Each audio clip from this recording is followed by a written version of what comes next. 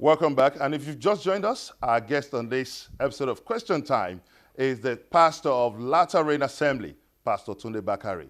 Join us again. Do you sniff some possibility of horse trading in this ministerial screening? One of my strengths is not smelling what I don't want to smell.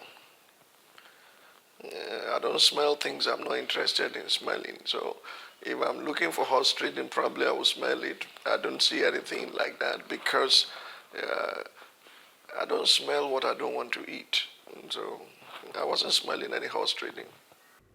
There are those who feel that some of the ministerial nominees and perhaps now ministerial designates now were given some soft landing, perhaps to give the Senate President a soft landing on a CCC trial.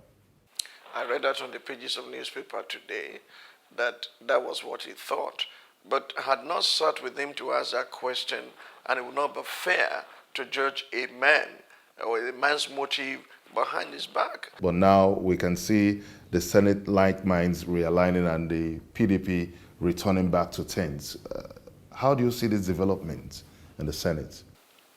You remember that Honorable Speaker Tambuwal rode to become a speaker on the wings of opposition party while he was in PDP. What goes around comes around. Do you understand me? I know that to the charging of those in APC, they wouldn't want a PDP vice Senate president.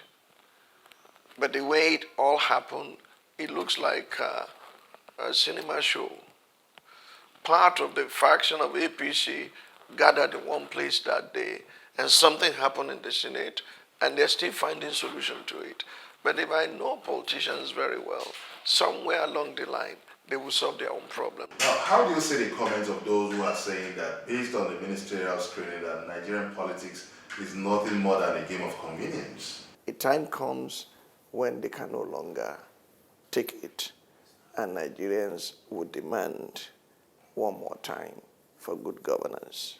What could be the likely consequence of the Senate President losing the support of the PDP, which assisted him to power? I think, honestly,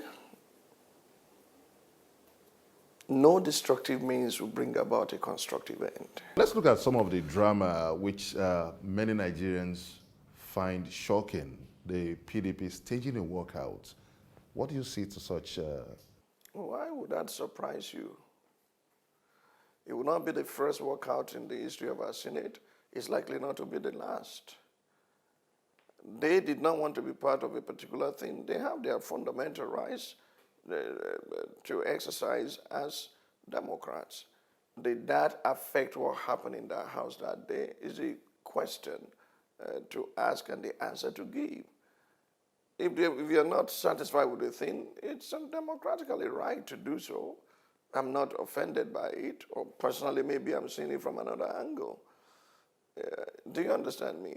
Others did their workout in time past. Let's even be thankful that there was no throwing the mace down and shouting and screaming, which shows a lot of immaturity. The word Senate is not just any word there.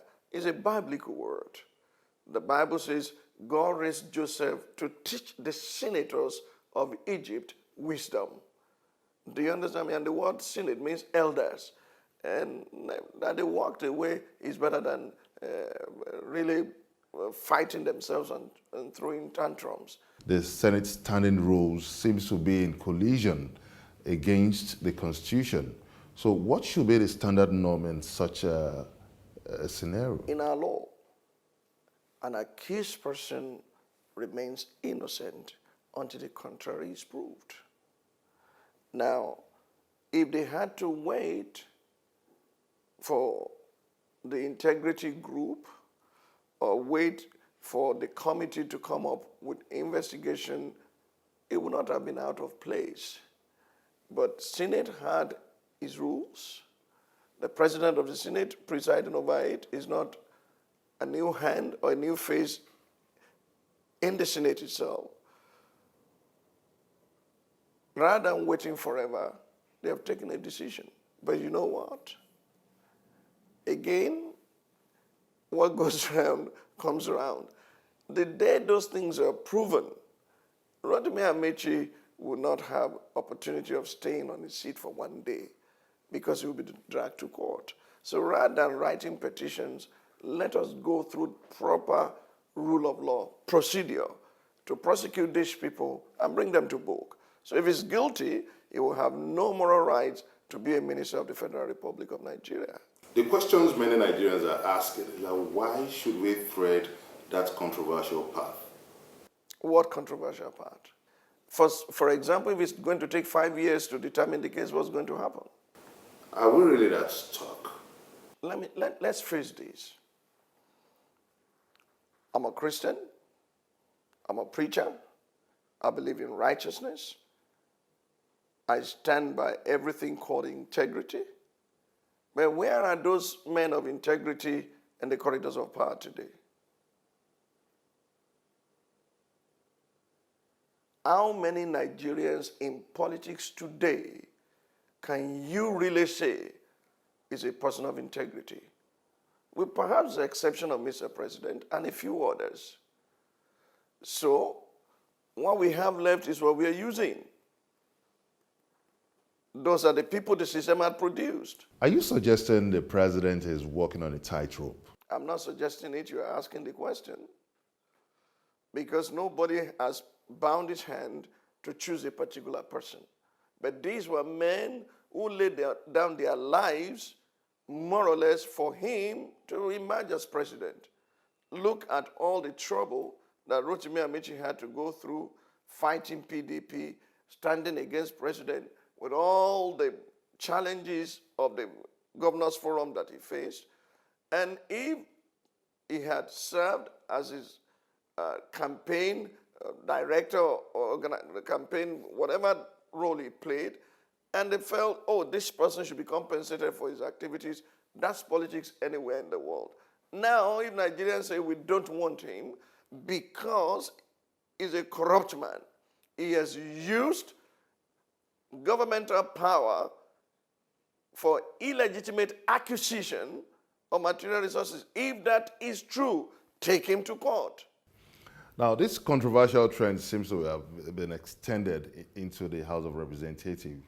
How do you see a situation where the PDP seems to be gaining an undue advantage, having a substantial number of committees in a dispensation where the APC is the ruling party? I understand the words you're using, and please, if I speak, I don't want to be misunderstood. I don't like the word ruling party. It irritates my spirit. That's a perception of Nigerians. Are they supposed to be ruling? Who are their subjects? They're supposed to be serving Nigerians. They're supposed to be advancing the development of this nation rather than saying, who is chairman of this, who is chairman of that. If that's what our politics is like and is about, then we will never come out of the woods forever. Let's now shift politics away from governance now. How do you see the federal government's anti-insurgency war? The president promised Nigerians that the war would end this December, but ruling in between the lines now, people are feeling that that might not just be. The attacks are increasing since the assumption of office of Mr. President. You don't need to read in between lines. General Govt, the one that said, go on with one Nigeria, had said it cannot happen. General Buhari had said he's an optimist, or President Buhari said he's an optimist. He thinks that what is important is that Boko Haram is being routed and they will support the army until they finish. So that date is just an optimistic date put there to encourage those who are fighting to keep fighting. The most important thing is one day we'll get rid of Boko Haram by the grace of God. Now, let's look at comments coming from, or rhetorics coming from the defense headquarters that said that insurgency would end truly by December, but bombing would continue. How do you find such comment? This Boko Haram thing is not a creation of this present government.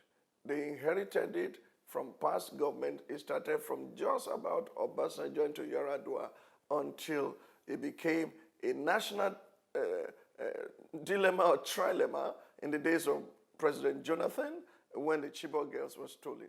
You know, I'd always thought and I'd always maintained that if any of those girls had been the daughters of those who are in power today, probably they would have approached it in a different manner.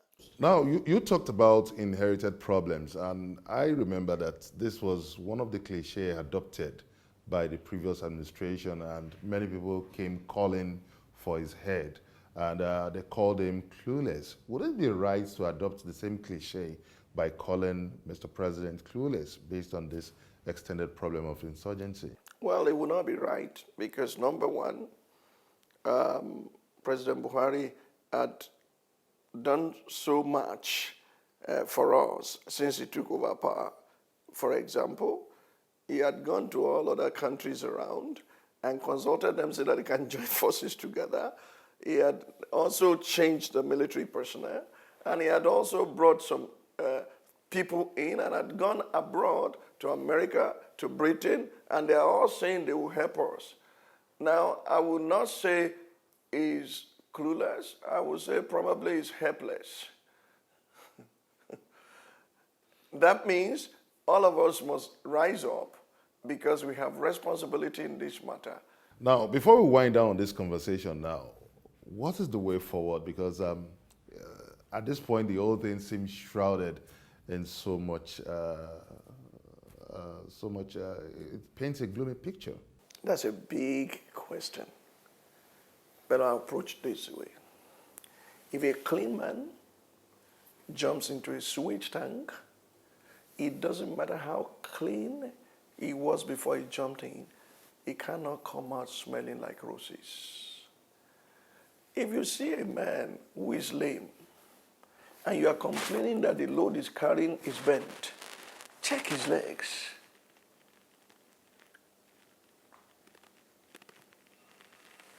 Why are we the way we are? Because we assume a destructive means can bring about a constructive end. It will never happen. Means and ends are coterminous. A destructive means will bring about a destructive end. A constructive means will bring about a constructive end.